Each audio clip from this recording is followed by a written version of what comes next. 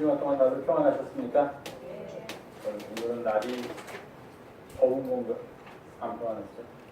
학교하고 그러느라고 시험 보느라고 학기가 끝나서 학생들은 많이 힘들겠죠? 뭐 학기 말고 그러느라고 날도 오늘은 오늘 유난히 더 비가 와서 그런가요? 습하고 더운 거 이런 날일수록 잘 자기 자신을 다스리면서 좀 짜증나는 일이 있더라도 좀 참고 옆 사람이 이상하게 하더라도 좀 참고 그리고 지내야 되는 날이 오늘 같은 날이 아닌가 생각하는데 뭐 이제 앞으로 한두 달 정도는 이렇게 지내야 되겠죠. 무더운 날씨 속에 늘 건강에 유의하시면서 지내는 우리 영성의 가족들 되기를 부탁드리겠습니다. 우리 좋은 찬양해 주신 분이엘 찬양대 감사 말씀드립니다. 늘 뒤에서 들어서 그러나 연습할 때보다 항상 여기 예배 시간에 가시면 훨씬 잘해요. 연습할 때는 그냥 드리면 그렇구나 이랬는데 이렇게 진짜 예배 시간에 앉아서 찬양하시는 걸 제가 이 뒤에서 듣고 있으면 어떻게 됐지? 아까 한 20-30분 전하고 어떻게 이렇게 달라졌나 할 정도로 아주 그냥 찬양 소리가 아름답고 이렇게 마음에 와닿고 감사드립니다. 늘 애쓰시는 그런 좋은 열매를 맺으면서 분야 찬양대 지내신다 하는 생각이 듭니다. 좋은 보험을 찬양해 주신 김소희 양에도 감사 말씀드립니다. 제가 늘 얘기하죠. 그러자는 주일날 제일 바쁜 분이 우리 김소희 양님이니까 보험 성과자로 더 바쁜 하루가 됐습니다. 고맙습니다. 지난주에 뭐 재밌는 일이 있었나요? 없었나요? 대통령이 미국을 갔다가 이제 오신다고 그러고 뭐가 또 거짓말이다 진실이다 또 하는 일이 일상이 있으니까 그냥 이제는 뭐 그런 일보다 지나가게 되는 것 같습니다. 우리 같이 기도하시고 하나님의 말씀 나누도록 하겠습니다. 거룩하시고 감사하신 우리들의 주님, 오늘도 저희가 함께 모여서 마음 모아서 하나님께 예배하며 은혜의 자리에 참여하게 하심을 감사드립니다. 이 시간 주의 말씀을 듣고자 하는 우리들의 눈을 열어주시고 마음을 열어주시고 우리들의 영혼이 주님을 갈망하는 시간이 되게 도와주시옵소서. 말씀을 전하는 자도 부족한 자도 가리워 주시옵고 듣는 자나 전하는 자 모두 겸손히 주님의 말씀 앞에 무릎 꿇는 은혜의 시간이 되게 인도하여 주시옵소서. 우리 구 예수님의 이름으로 감사하며 기도하옵나이다. 아멘. 오늘 우리는 매주 감사 주일이다 하는 그런 타이틀이랄까요? 그런 제목을 가지고 오늘 예배를 드리겠습니다. 맥주 감사 주일. 맥주를 마시는 어떤 분은 그런 얘기예요. 맥주 감사 주일이요? 그러니까 맥주라고 얘기하는 맥주는 아니고요. 맥주지요. 추. 맥주도 뭐 맥주나 보리 맥자 이렇게니까 보리로 만든 술이 맥주라면 맥주는 보리를 추수했다. 그렇게 이해하시면 제일 쉽습니다. 맥주 감사 주일. 요즘 보리 농사를 짓는 게 예전보다 훨씬 그 수가 줄어드는 것 같아요. 쌀이 오히려 남아서 쌀값이 떨어지고 그렇게 쌀값이 떨어지는 가운데서는 또 FTA라는 것을 여러 나라가 맺다 보니까 쌀을 수입하게 되고 더 저렴한 쌀들이 들어오다 보니까 쌀 농사를 짓는 농민들이 점점 더 살기가 어려운 농토를 떠나게 되고 현실적으로는 그럴 수밖에 없다 하고 이해해도 이런 일이 계속 반복되면 이거는 큰 문제가 되지 않을까 하는 염려도 또 한편에 있고 그런 시대를 우리가 살고 있는 것 같습니다. 저희가 학교 다닐 때는 쌀이 모자랐죠. 기억하시는 분, 저희가 중학교, 고등학교 다닐 때는 쌀이 모자라서 학교에 도시락을 싸갈 때 혼식을 해가지 않으면 혼이 났던 그런 시절이 있었습니다. 다른 혼식, 그 혼식에 대표적으로 들어가는 곡물이 보리였지요. 보리. 그래서 보리로 밥을 해서 기억나실지 모르는데 검사했습니다. 선생님이 점심시간이 되면 도시락 뚜껑 다 열어보겠어요. 그래가지고 30% 그걸 어떻게 세는지 모르지만 사실 30% 정도의 보리가 들어가면은 뭐 다들 밥을 해보셔서 알지만 밥이 다 보리밥입니다. 쌀은 안 보여요. 30%인데도 불구하고 새카매야 됩니다.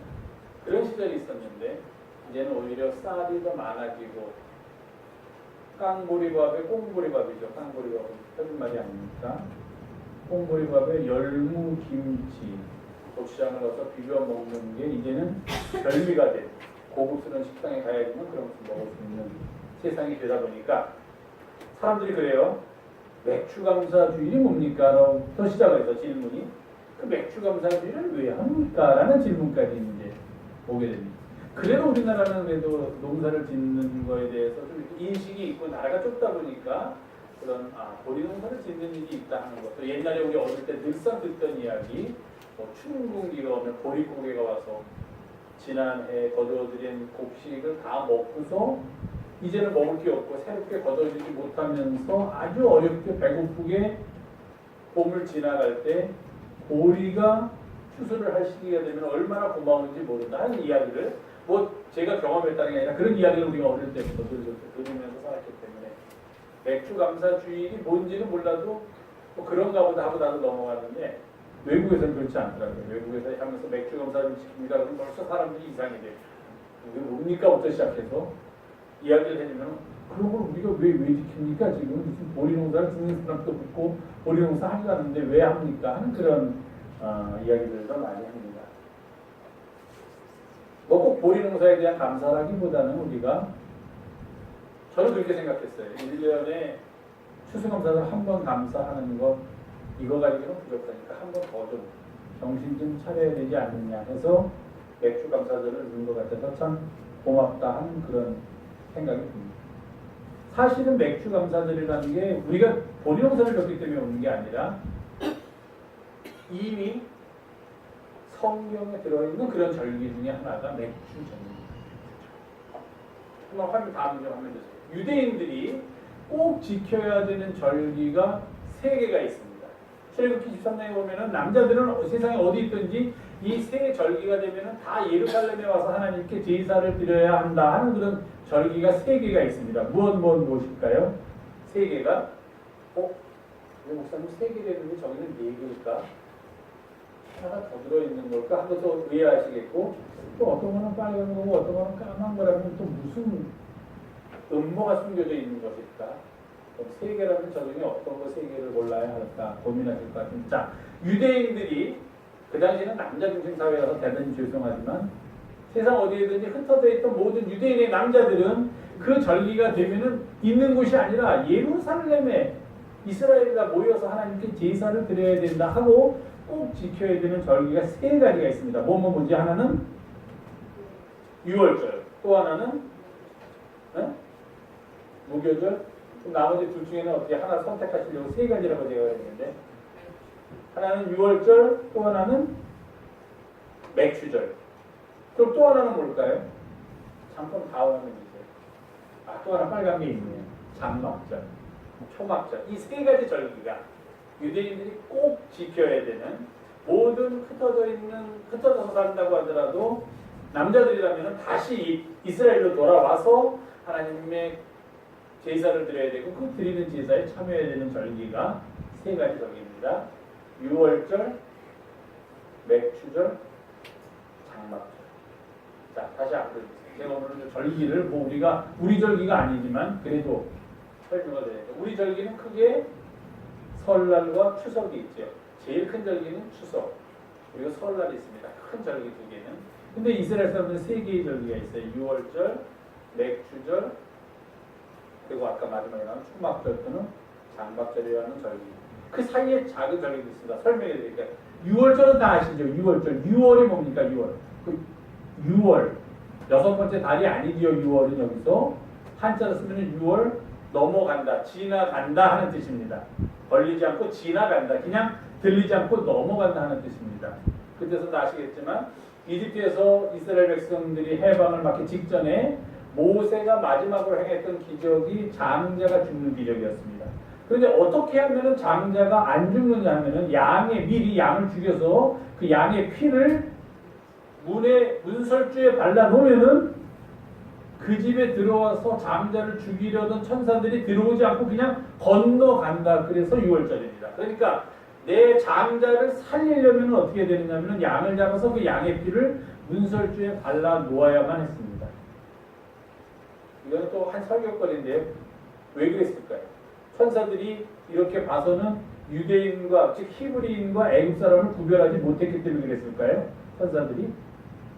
그랬을까요? 안 그랬을까요? 다시 더 쉽게 물어보겠습니다. 내가 유대인이었는데 히브리 사람이었는데 모세한테 저 얘기를 들었어요. 에이 설마 나한테 그런 일이 일어날까? 그리고 그냥 잤습니다. 그러면은 내가 이스라엘 사람이었으면 어떻게 됐을까요? 장자가 죽었어요. 내가 애굽 사람이었어요. 근데 몰래 들어서 이스라엘 사람끼리 이야기하는 걸 뭐 오늘 밤에 잘 때는 뭐 양을 잡아가지고 그걸 뭐 어쩌고 저쩌고 발라놔야지만 뭐 누가 죽지 않고 사는 뭐 뭔지는 모르지만 그런 얘기 들었어요. 근데 이 애굽 사람이 좀 호기심도 많고 좀 그런 거를 잘 믿는 사람이라서 글쎄 믿거나 말거나 해가지고 몰래 양의 피를 잡아가지고서 양을 잡아서 그 피를 발라놨습니다. 애굽 사람이. 그럼 그 사람의 장자는 죽었을까요? 안 죽었을까요? 네? 죽었다. 손 들어보세요. 애굽 사람이니까 죽었다. 그 다음에 애굽 사람이지만 피를 발랐으니까 유월했으니까 그 죽음의 천사들이 건너갔으니까 안 죽었다. 한번 손 들어보세요. 안 죽었다. 예. 성경에 그런 얘기는 없지만 제가 생각해도 안 죽었답니다. 저도 안 죽었다 해요. 만약에 그 애굽 사람이니까 죽고 이스라엘 사람이니까 안 죽었으면 굳이 그런 일을 하라고 내릴 필요가 없어요. 명령을. 예. 그거는 하나님의 명령에 대해서 순종하는 여부를 보는 거였지 그게 정말로 이스라엘 사람과 애굽 사람을 가르는 표시는 아닙니다. 어쨌든 이건 뭐 다음에 한번 얘기를 하려고 그게 유월절입니다. 그렇게 우리들의 장자를 살려주신 즉 히브리 사람들, 이스라엘 사람들 입장에서 우리들의 장자를 살려주신 하나님께 감사의 예배를 드리고 그 다음에는 6월달 다음에는 뭘 했죠? 이스라엘 사람들이 도망갔죠. 모세를 따라서 애굽으로부터 탈출을 하는 일이 벌어집니다. 그게 애굽으로부터의 해방을 감사하는 절기가 6월절이에요. 언제냐 하면은 유대인들은 달력이 3개 있습니다. 하나는 우리가 쓰는 서양력과 같은 지금 7월 2일과 같은 달력이 하나 있고 이건 이제 최근에 생긴 달력이고 또 유대인들이 쓰는 고유한 우리의 음력과도 같은 그들의 민속력이 있습니다. 그것은 양력 달력으로 한 9월달쯤 되면 새해가 시작해요. 이스라엘의 새해가 시작돼요.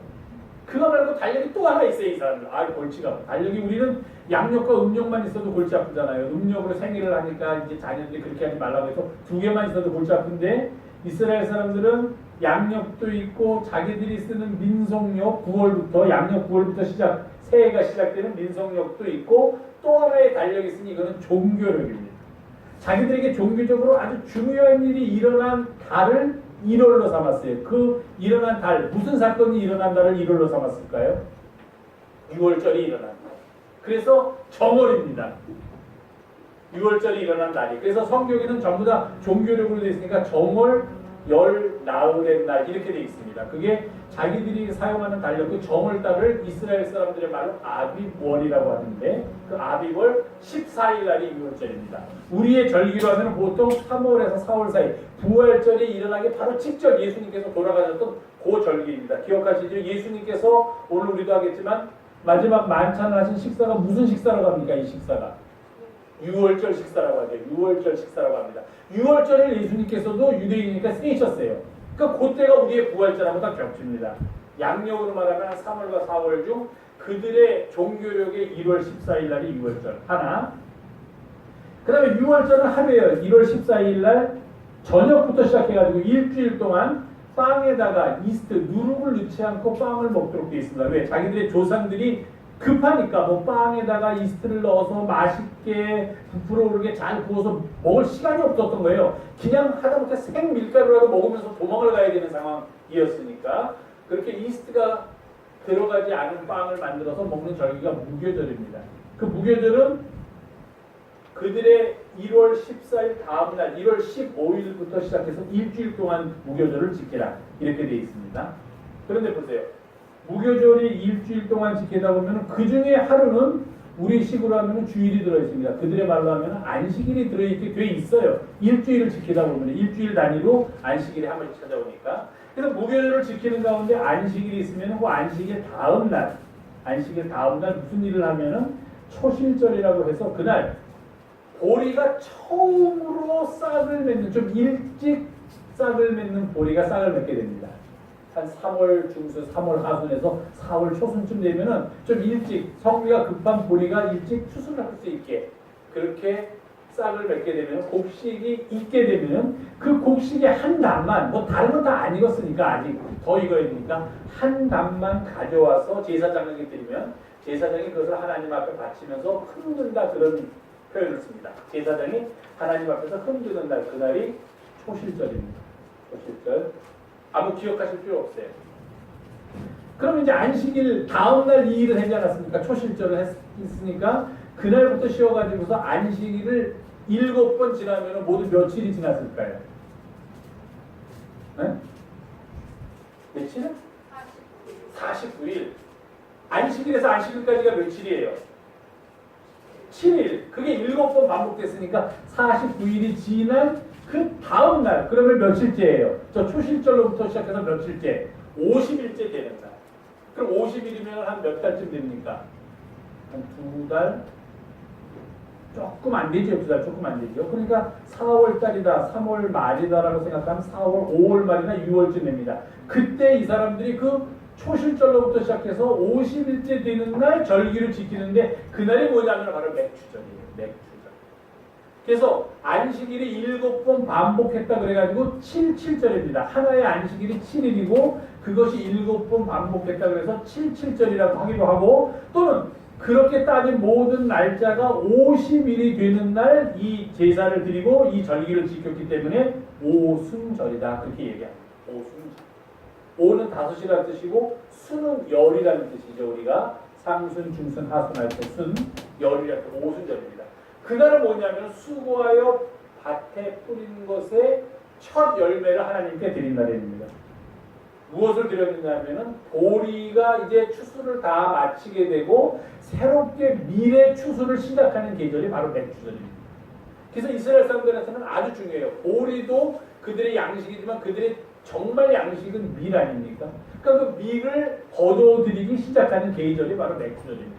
그래서 그들이 하나님께 모여서 감사의 예배를 드리고 자기들이 거둔 밀의 첫 열매를 하나님께 감사의 예물로 드린 날, 그날이 바로 맥주절입니다.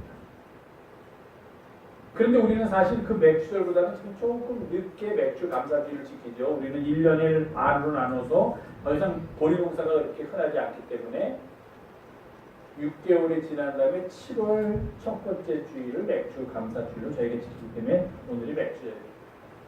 자, 이왕 이렇게 왔으니 조금 더 가겠습니다. 이렇게 이제 맥주절이 되면은 이게 양력으로는 언제가 되냐면은 한 6월 중순에서 6월 하순 정도가 됩니다. 맥주절을 지키고 다음 화면 보세요. 그리고 절기가 이제 몇 개 되어 있습니다. 그 다음에 나팔절이라는 게 있습니다. 나팔절은 뭐냐면은 유대인들의 민간력, 우리로 말하면 음력의 새해입니다. 우리로 말하면 설날이에요. 그거를 그 사람들의 용어로 로시 하시나라고 하는데 이게 언제쯤 오냐면은 우리들의 달력, 양력에 의하면 한 9월쯤 옵니다. 9월. 9월쯤 왔는데 아까 얘기했던 아비벌이라는 그들의 종교력은 언제 시작하냐면 3월쯤 시작해요. 그래서 종교력의 7월입니다. 이게. 7월의 첫 번째 날, 양력으로 하면 9월에 한 6일에서 10일 정도 사이에 이 로시아시나 보면 그때는 유대인들의 새해입니다. 그래서 뉴욕같이 유대인들이 뉴욕 교육청의 대부분의 자리를 꽉 잡고 있는 도시에서는 뭡니다. 자기들 새해니까 뭡니다. 유대인. 그렇게 그냥 정해버립니다. 교육청에서. 그럼 그냥 우리는 유대인이 아니더라도 그냥 유대인들의 새해니까 같이 놉니다.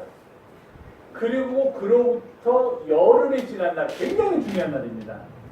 9월 달라면 9월 한 15일 정도, 16일 정도가 되는데 양력으로 자기들의 민간력의 새해로부터 열흘이 지난 민간력에 의하면 1월 10일입니다. 종교력에 의하면 7월 10일입니다. 그날은 뭐냐면 이 사람들이 대속죄일이다. 욤키퍼라고 얘기하는데요.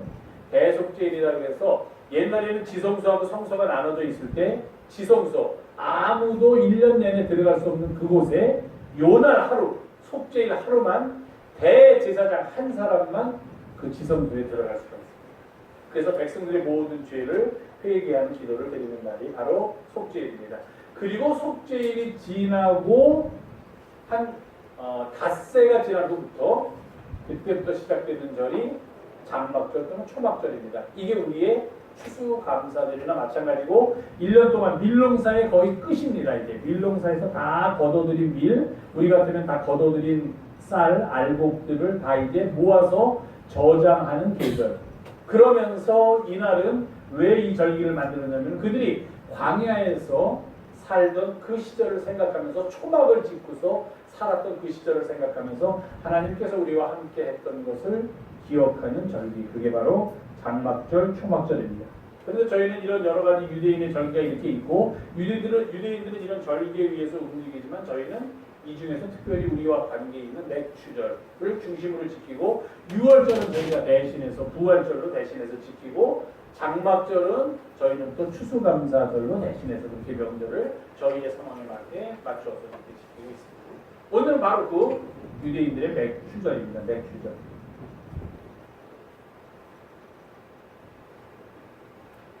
어떤 사람이 그래요. 제가 아까 말씀드렸죠. 왜 맥추절이라는 것을 만들었습니까? 맥추절을 왜 자꾸 지킵니까? 맥추절을 왜 지킵니까? 이렇게 묻습니다. 특히 좀 우리 기독교에 대해서 좀 별로 좋은 감정을 갖지 않은 사람들, 좋지 않은 감정을 갖고 있는 사람들은 또 이렇게까지 이상하게 삐딱하게 바라보는 경우도 있습니다. 이 감사의 절기라는 것을 자꾸 교회에서 만들어서 반복하면서 괜히 우리의 상황에 맞지도 않고 우리한테 별로 설득력도 없는 것을 자꾸 만드는 것, 그것 좀 뭔가 교회의 흑심이 있는 것 같다, 그런 이야기들을 합니다. 왜 그럴까요? 감사의 절기, 그러면은 어떻게 됩니까? 하나님께 감사해야 되죠. 근데 우리가 하나님께 감사합시다 그러면서 입술로만 감사하지 않죠. 그러니까 자꾸 교회에서 교인들로 하여금 헌금을 내게 하기 위해서, 봉헌하게 하기 위해서, 여러분들 감사해야 됩니다, 감사해야 됩니다 자꾸 얘기하는 이유는 교인들로 하여금 그 감사를 몸으로 표시해라, 그러니까 헌금을 바쳐라, 봉헌을 해라 하는 것을 강조하기 위해서 자꾸 이렇게 우리의 상황과는 아무 관계도 없는 절기를 만드는 건 아닙니까? 그렇게 이야기하시는 분들도 간혹가다 만나게 됩니다. 그렇지 않습니다. 교회에서 사업하는 것도 아닌데 무슨 돈이 이렇게 많이 필요하다고 교인들 호주머니를 털어내려고 감사하시오 해가지고서 감사하려면 바쳐야 됩니다. 그렇게 교회가 타락하거나 그렇게 교회가 비루한 집단은 아닙니다. 그럼에도 불구하고 왜 자꾸 감사의 이야기를 하는가? 그것은 하나님 앞에서 우리가 정말 양심을 가진 인간으로 섰을 때 감사야말로 우리들의 삶을, 인간의 삶을 구성하는 가장 필요한 조건이다라는 그런 인식이 있기 때문입니다. 그 감사가 어떻게 표현되는지는 상관없습니다. 하나님께 감사할 수도 있고, 이웃에게 감사할 수도 있고, 나에게 은혜를 베풀어 준 사람한테 감사할 수도 있고, 또는 아무렇지도 않은 사람에게도 심지어는 저 사람 때문에 내가 이렇게 살 수 있으니까 감사한다고 감사할 수도 있습니다. 내가 집에 들어가면 늘 외로웠는데 나를 반갑게 맞아주는 내 반려견이 참 고맙다 하고 느낄 수도 있어요. 우리를 둘러싸고 있는 모든 피조물들 때문에 내가 존재하고 내가 살아간다는 사실을 깨닫는 것, 그것을 간단하게 줄이는 게 감사입니다. 뭐 헌금을 내라는 게 감사가 아니에요. 내 존재가 가능하게 만들어준 내 주위를 둘러싸고 있는 모든 것들을 새삼스럽게 깨닫게 되는 거. 지금까지 당연히 그것이 당연히 있는 줄 알고요. 공기 같은 것. 예를 들면 뭐 공기에 대해서 뭐 감사할 필요도 없죠. 공기 여기 있구나, 다행이다. 공기 여기 있네, 다행이다. 나가면 공기 있을까 걱정하고 나가시는 분 없죠. 여기만 공기가 있구나, 아무도 걱정 안 합니다. 그런데 10분만이라도 공기가 10분이 뭡니까? 10분? 10초만이라도 숨을 못 쉬게 해보세요. 죽는다고 난리칩니다. 매일매일의 일상적인 삶 속에서는 전혀 느끼거나 알지 못했던 또는 깨닫지 못했던 나의 삶을 가능하게 하는 그 모든 것들을 새삼스럽게 깨닫는 날, 그 존재를 새삼스럽게 인정하게 되는 날, 그런 날, 그게 바로 감사하는 날이고, 그런 행위를 우리가 압축해서 감사라고 표현을 하는 겁니다. 우리가 살아가는데 꼭 필요한 요소도 하는 겁니다. 감사의 마음 없이 우리가 살아갈 수 있겠습니까? 우리를 걷게 하고, 우리를 서게 하고, 우리를 살게 하고, 우리로 하여금 희망을 갖게 하고, 우리로 하여금 사랑하면서 살게 하는 것은 바로 감사입니다. 감사한다는 마음이 없이는 우리의 존재 자체가 불가능하다는 겁니다. 그런데 우리의 실제 모습은 어떠합니까? 우리의 감사는 어디에 있습니까? 우리의 감사는 언제 하고 있습니까? 우리는 과연 무엇을 감사하고 있습니까? 우리는 하나님 앞에서 어떻게 감사하고 있습니다. 오늘 우리는 맥주 감사주일을 맞아요. 빌립보 교회를 향한 바울의 감사를 함께 읽었습니다. 바울은 빌립보 교우들을 생각할 때마다 나는 하나님께 여러분들을 생각할 때마다 하나님께 감사하면서 기도하고 있습니다. 그렇게 이야기합니다. 바울이 무엇 때문에 빌립보 교인들을 생각할 때마다 하나님께 감사했을까요? 빌립보 교인이 당시 소아시아에서 가장 큰 교회 건물을 지었기 때문에 그것을 하나님께 감사했을까요? 아니면 빌립보 교회가 당시 소아시아에서 가장 교인이 많은 교회였기 때문에 바울이 그들을 기억할 때마다 하나님께 감사했을까요? 빌립보 교회의 예산이 다른 어떤 교회보다 훨씬 더 많은 예산을 가지고 그 많은 예산을 운영했기 때문에 너희들은 정말 하나님께 많은 연보를 드리는 교회구나 라고 하나님께 감사했을까요? 아닙니다. 그렇다면 바울이 무엇으로 인해서 하나님께 빌립보 교회를 생각할 때마다 감사했습니까? 그는 이렇게 말합니다. 빌립보 교회 교우 여러분, 나는 여러분들이 예수 그리스도를 받아들인 첫날부터 지금까지 이제까지 여러분들이 복음을 위한 일에 참여하고 있는 모습을 보면서 하나님께 감사합니다. 이렇게 이야기하고 있습니다. 그들의 교회가 당시 소아시아 지방에서 가장 큰 교회이기 때문에 가장 시설이 잘 돼 있고 방마다 온갖 것들이 다 갖추어져 있는 교회, 그래서 많은 사람들이 벌떼같이 모이는 그런 교회이기 때문에 감사한 것이 아니었다는 것입니다. 가장 중심지에 가장 좋은 땅에 가장 비싼 땅에다가 가장 높은 건물, 가장 아름다운 건물을 지었기 때문에 감사한 것이 아니었다는 것입니다. 그저 바울이 그들을 생각할 때마다 하나님께 감사했던 것은 그들이 복음을 받아들인 첫날부터 바울이 기도하는 그날까지 복음을 위한 일에 지속적으로 참여하고 있다는 것을 보고 그런 소식을 듣고 바울은 하나님께 감사했다. 이렇게 이야기합니다.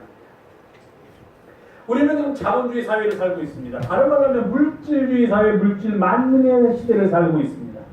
그래서 감사합시다 그러면 딱 할 수 없이 자본주의적으로 감사를 생각합니다. 자본주의적인 감사가 무엇인가? 감사하라고? 그러면 내게 더해진 것이 무엇인가 살펴봅니다. 이전과 비교하여 볼 때 내가 더 나아진 것이 무엇인가 생각합니다. 무엇을 얻었는가? 무엇이 더 있는가? 그리고 이것을 감사의 조건이라고 생각합니다. 대부분의 사람들이 이것을 또 물질과 관련시켜서 생각합니다. 더 많이 벌었는가? 더 많은 수입이 있는가? 그렇게 교육받고 모든 사람들이 그렇게 생각하고 살아가고 있는 사회 속에 살고 있기 때문에 우리는 거기서 벗어날 수가 없습니다. 그리고 또 어떤 사람은 이런 감사를 합니다. 내가 원하는 대로 모든 일이 다 뜻대로 되었는가? 아주 사소한 것까지. 그래서 그것이 다 내 뜻대로 되었으면 감사하고 내 뜻대로 되지 않았으면 뭘 감사하는 말인가라고 생각합니다. 나 중심적인 감사를 생각하고 있기 때문에 그렇습니다. 나의 것이 늘었는가? 나의 삶이 더 부유하게 되었는가? 우리가 사는 건 다 뭡니까? 다 자기 중심적으로 생각하죠.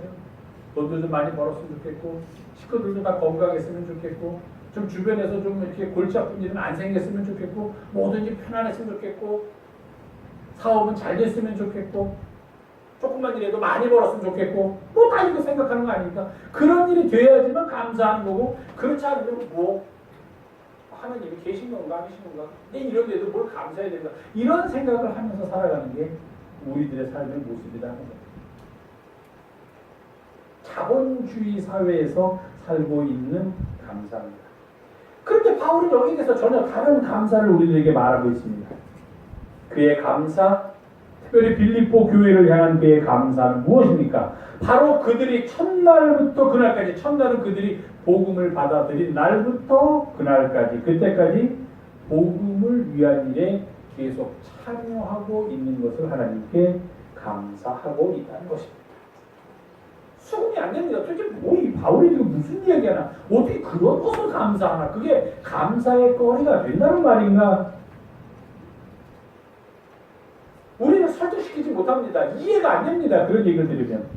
왜냐하면 바울이 감사하고 있는 복음을 위한 일에 참여하는 행위, 참여하는 일, 그것은 헌신과 희생을 필요로 하기 때문입니다. 아니, 헌신과 희생을 의미하기 때문입니다. 아까 말씀드린 대로 자본주의 사회에서의 감사처럼 나의 것을 더 채우고 나의 것에 더 더하는 일이 아니라 나의 것을 내어놓고 비우는 일이 복음을 위한 일에 참여하는 건데, 그렇게 하는 것을 왜 감사하느냐? 우리들은 그렇게 반문하지 않을 수가 없다는 것입니다. 그런데 바울은 그것을 감사합니다 라고 이야기합니다. 우리가 이 땅에서 살면서 가장 좋은 일, 가장 감사해야 될 일은 무엇인가? 그것은 바로 우리들로 하여금 복음을 위한 일에 참여하도록 이끌어주신 하나님의 그 이끄심, 그것을 정말 감사해야 한다는 것입니다.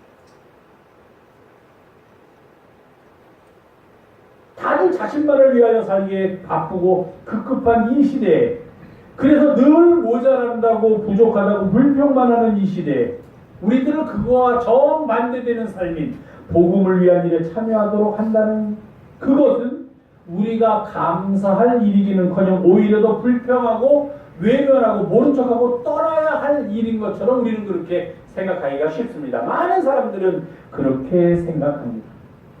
그런데 바울은 역설적으로 그것을 감사하라는 겁니다. 다른 사람들이 다 감사합니다라고 하는 것은 관심 갖지 말고, 다른 사람들이 다 그거는 감사할 일도 아니고 더 우리를 힘들게 만드는 일이야 하는 그 일을 하도록 만들어주신 하나님께 감사하라고 그렇게 우리한테 이야기를 하고 있다는 것입니다. 더하는 일이 아니라 빼는 일, 덜어내는 일을 하도록 만들어주신 하나님께 감사하라는 것입니다. 남의 것을 빼앗아서 내 것을 더 많이 갖는 일이 아니라 내 것을 나눔으로 내가 더 적게 갖도록 그렇게 살아가도록 이끄시는 하나님께 감사하라는 말입니다. 남을 지배하고 남에게 군림하고 남을 시키는 일을 하지 않고 오히려 남을 섬기고 으뜸이 되기보다는 꼬리가 되는 일을 즐거이 할 수 있는, 남을 섬기는 일에 자신의 삶을 바칠 수 있도록 우리를 가르치시고 우리를 인도하심에 감사하라는 그런 말입니다. 시기하고 미워하고 뺏으려는 것이 아니라 사랑하고 주고 안아주고 함께 살아가는 일을 하도록 이끄시는 하나님께 감사하라는 것입니다. 이렇듯 복음을 위한 일에 참여하는 것, 그것이 우리가 이 땅을 살면서 가장 감사해야 할 일이라고 성경은 말하고 있습니다. 그 길이 바로 하늘의 길이요 생명의 길이요 구원의 길이기 때문입니다. 복음을 위한 일에 참여하는 것, 우리의 가정에서도 가능합니다. 우리의 일터에서도 우리는 복음을 위한 일에 참여하면서 함께 살아갈 수 있습니다. 우리의 사회에서도 가능합니다. 때로는 우리가 정의를 위한 어떤 일에 함께 나섬으로 우리는 복음을 위한 일에 참여하게 됩니다. 때로는 이 땅의 환경을 보존하는 일에 우리가 함께 마음을 모둠으로 우리는 복음을 위한 일에 참여하게 됩니다. 때로는 이 지구상 저편 어느 곳에 우리가 알지 못하는 어린이들이 굶주리고 있다면, 만약에 우리가 그들을 위해서 무엇인가 하겠다고 결심하고 무엇인가를 한다면 그것 또한 복음을 위한 일에 참여하는 것입니다. 만약에 전쟁이 있는 이곳에 또는 전쟁이 일어나려는 곳에 평화를 전하는 일에 우리가 함께 마음을 모으고 그 일에 동참할 수 있다면 그것 또한 복음을 위한 일에 참여한 것입니다. 그런 일에 참여하도록 이끌어주시는 하나님께 감사하라고 그렇게 바울은 이야기하고 있습니다. 그렇습니다. 우리가 정말로 하나님께 감사할 일은 바로 이렇듯 복음을 위한 일에 참여하도록 우리를 일깨워주시고 우리로 하여금 믿음을 갖게 하신 것, 그것입니다.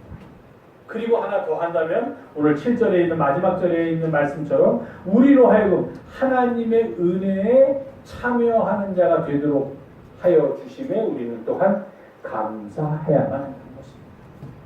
하나님의 은혜로 우리가 살아가도록 이끌어 주신 것, 그것을 감사하라는 말이에요. 참 많은 것을 생각나게 하는 말입니다. 하나님의 은혜로 살아갑니다. 나의 나됨은 바로 하나님의 은혜이다.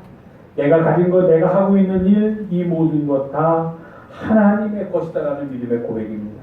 나의 삶은 하나님의 손에 사로잡힌 바 되었으니 이제 나에게서는 오직 주님의 모습과 주님의 향기만 드러날 뿐 그것이 내가 걸어가야 할 길입니다라고 살아가는 것, 그것이 하나님의 은혜에 참여하는 것이고 또 그렇게 살아가도록 이끄신 하나님께 우리는 늘 감사하지 않을 수가 없다는 것입니다. 사랑하는 교회 여러분, 이제 우리는 모두 함께 감사하며 살아가야만 할 것입니다. 감사할 많은 일이 있지만 그 중에서 가장 좋은 감사는 하나님 우리로 하여금 복음을 알게 하시고 우리로 하여금 우리의 삶을 그 복음을 위한 일에 참여하게 하도록 이끌어 주시니 감사합니다. 그 일을 통해 내가 생명과 구원의 기쁨을 누리게 하시고 비록 이 땅을 살아가면서도 하늘길을 걷게 하시니 하나님 감사합니다. 그렇게 살아갈 일입니다. 그리고 하나님의 은혜에 참여하여 그 은혜 가운데 거하게 하심에 감사하며 살아가야만 할 일입니다. 그러면 우리 안에서 착한 일을 시작하신 그분께서 그리스도 예수의 날이 올 때까지 우리로 하여금 그 길을 걸어가게 하시고 마침내 그 길을 이루는 은혜를 우리들에게 허락하시기 때문입니다. 그래서 우리는 시편 기자의 고백을 다시 한번 되새깁니다. 여호와께 감사하라. 그가 하는 일을 만민 중에 알게 하라. 그에게 노래하고 그를 찬양하며 그가 우리를 행하여 베풀어 주시는 모든 기이하고 놀라운 일들을 감사하며 그 일들을 세상을 향하여 선포할지어다. 그리고 그의 능력과 그의 얼굴을 구하면서 살아갈지어다. 그렇습니다. 하나님께 감사합시다. 우리로 하여금 복음을 위한 일에 참여하고 그리고 우리 안에서 그 복음을 위한 일에 참여하도록 이끌어 주시는 그분께서 우리의 모든 선한 노력이 이루어지는 날까지 은혜로서 우리를 지켜주시고 우리와 함께하여 주시리라는 그런 믿음, 그러한 삶이야말로 우리가 하나님께 드릴 최고의 감사임을 잊지 않고 살아가는 우리 영광의 가족들이 되기를 주님의 이름으로 부탁을 드립니다. 기도하겠습니다.